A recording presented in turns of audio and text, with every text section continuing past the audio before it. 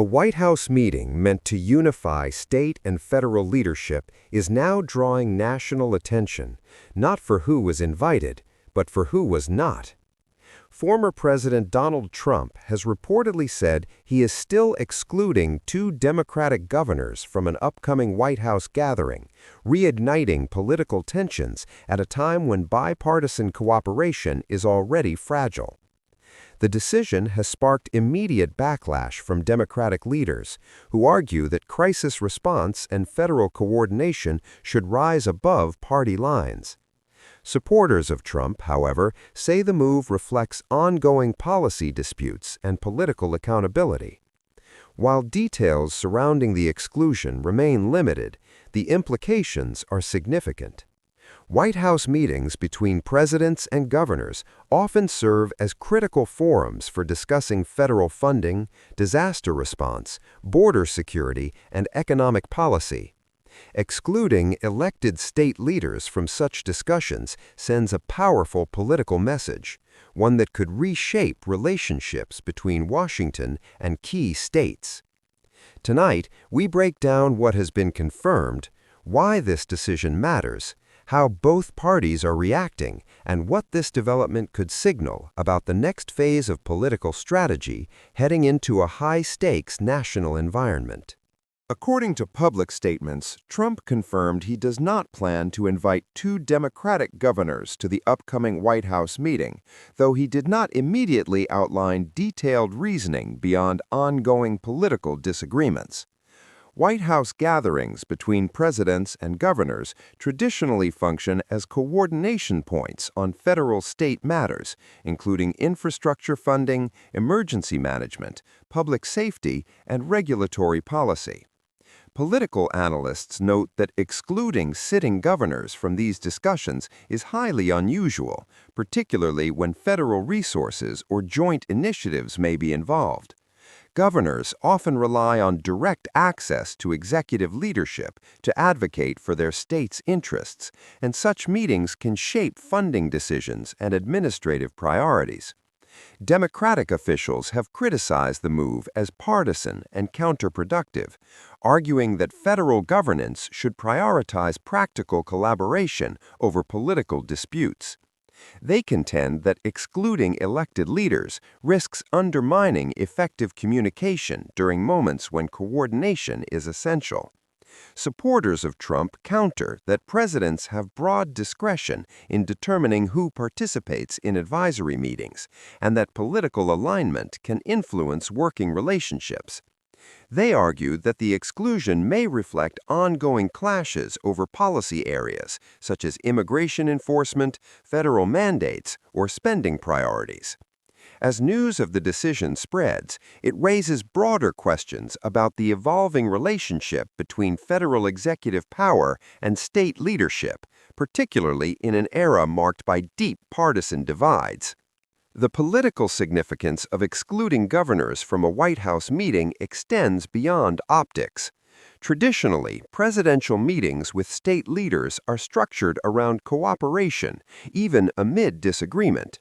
Governors from both parties routinely attend bipartisan briefings on infrastructure, public health, disaster preparedness, and economic development. These gatherings are often less about ideology and more about operational coordination between federal and state systems. By choosing not to invite specific Democratic governors, Trump is sending a deliberate political signal. Analysts suggest the decision may reflect ongoing clashes over policy priorities, such as border enforcement, federal mandates, or spending priorities. In today's polarized environment, symbolic gestures carry strategic weight. Exclusion can serve as leverage, messaging to a political base, or a response to past public criticism from state officials. Democratic leaders argue that such decisions risk politicizing governance. They contend that cooperation between state and federal leadership should remain intact regardless of party affiliation, especially when federal funding and national coordination are at stake. Some have framed the move as part of a broader pattern of partisan escalation between executive leadership and Democratic-controlled states. Supporters of Trump view the situation differently. They argue that presidents are not obligated to maintain symbolic neutrality and that alignment between executive leadership and participating governors can enhance efficiency and clarity during policy discussions. What makes this moment notable is not simply the absence of two governors, it is what that absence represents in a political climate where symbolic decisions often shape broader narratives. To understand the broader implications of this decision, it helps to examine historical precedent. Presidential relationships with state governors have often been shaped by party alignment, but formal exclusions from multi-state White House meetings are relatively rare. Even during periods of intense political disagreement, administrations have typically maintained open channels with state leaders, particularly when federal funding, emergency response, or regulatory coordination is involved. The U.S. Constitution establishes a federal system in which states retain significant autonomy, but they also depend on federal partnership in critical areas such as disaster relief, transportation infrastructure, healthcare funding, and homeland security. White House meetings with governors serve as both symbolic and practical forums for reinforcing that partnership. When certain state leaders are excluded, it raises questions about how executive discretion intersects with cooperative federalism. Legal scholars note that the president has broad authority to structure advisory meetings as he sees fit. There is no statutory requirement mandating universal inclusion. However, the political consequences of selective engagement can be significant. Exclusion may influence public perception, intergovernmental trust, and negotiations over future funding or policy compromises. Some analysts suggest the move could energize partisan bases on both sides. For supporters, it reinforces a message of firm political positioning. For critics, it underscores concerns about increasing polarization within executive governance. The long-term impact may depend on whether the exclusion remains symbolic or evolves into more tangible policy friction between Washington and the affected states. In a climate where federal-state relationships already face strain over immigration, environmental regulation, and fiscal priorities, even procedural decisions can carry strategic implications. As the story gains national traction, political strategists are already examining how this decision could shape messaging ahead of upcoming elections. In modern politics, symbolism often carries as much weight as policy itself.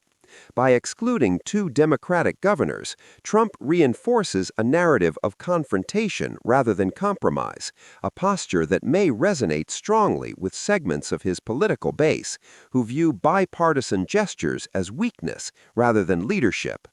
For Democratic leaders, the situation presents an opportunity to frame the exclusion as evidence of deepening partisan division.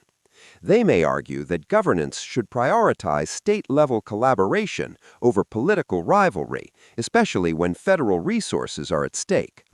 Some have framed the move as part of a broader pattern of partisan escalation between executive leadership and Democratic-controlled states. Supporters of Trump view the situation differently. They argue that presidents are not obligated to maintain symbolic neutrality and that alignment between executive leadership and participating governors can enhance efficiency and clarity during policy discussions. What makes this moment notable is not simply the absence of two governors, it is what that absence represents in a political climate where symbolic decisions often shape broader narratives. As the White House meeting approaches, attention now shifts to what happens next, not just inside the room, but outside of it. Whether the exclusion of the two Democratic governors remains a symbolic gesture or evolves into broader federal-state tension will depend on the tone of future engagement.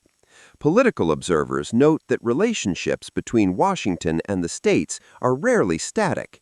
They shift with elections, policy priorities, and public pressure. For supporters of Trump, the decision underscores a leadership style that prioritizes alignment and accountability. For critics, it reinforces concerns about escalating partisanship in executive governance. What makes this moment notable is not simply who is excluded, but what that exclusion represents in a deeply divided political landscape. White House governor meetings have historically served as venues for coordination, particularly during crises or major funding initiatives. If key state leaders remain outside that dialogue, it could influence negotiations over infrastructure, disaster response, healthcare, or regulatory policy in the months ahead. At its core, this development highlights the ongoing tension between executive discretion and cooperative federalism. The president holds authority to structure meetings as he sees fit, but political consequences often follow decisions that signal division rather than unity. As reactions continue to unfold, one thing is certain: in today's climate, even attendance lists can shape national narratives.